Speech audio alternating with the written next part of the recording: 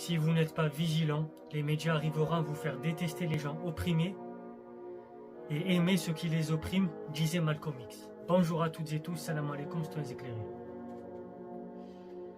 Aujourd'hui, on va évoquer ce qui se passe en Palestine.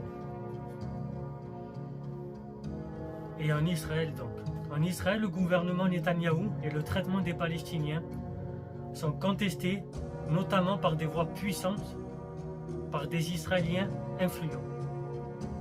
Tamir Pardo, qui est l'ancien chef du Mossad, estime qu'Israël impose un régime d'apartheid aux Palestiniens. La presse israélienne et étrangère acte la fin des consensus nationaux.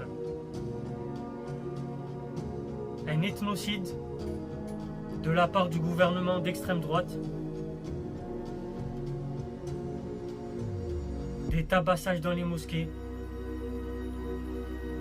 des checkpoints, des humiliations, le contrôle des finances publiques, le contrôle de l'eau, de l'électricité et du gaz. Voilà ce qu'est la situation. Il est impossible de laisser passer ce comportement, notamment de la part du Likoud.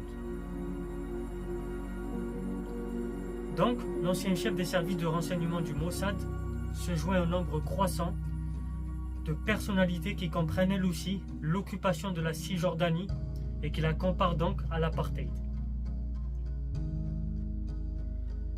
Le journal de gauche, Haaretz et le Guardian citent notamment l'ancien président du Parlement israélien, Avraham Burg, et le célèbre historien israélien Benny Morris. Ils font partie des plus de 2000 personnalités publiques israéliennes et américaines qui ont signé une déclaration publique pour dire que les Palestiniens vivent sous un régime d'apartheid. La réforme judiciaire ne viserait aussi, selon ses signataires, qu'à annexer davantage de terres et nettoyer ethniquement tous les territoires sous domination israélienne de leur population palestinienne. C'était Soso l'Intello, on se retrouve ce soir. On évoquera ce thème en live. Bien évidemment, partagez, likez, abonnez-vous.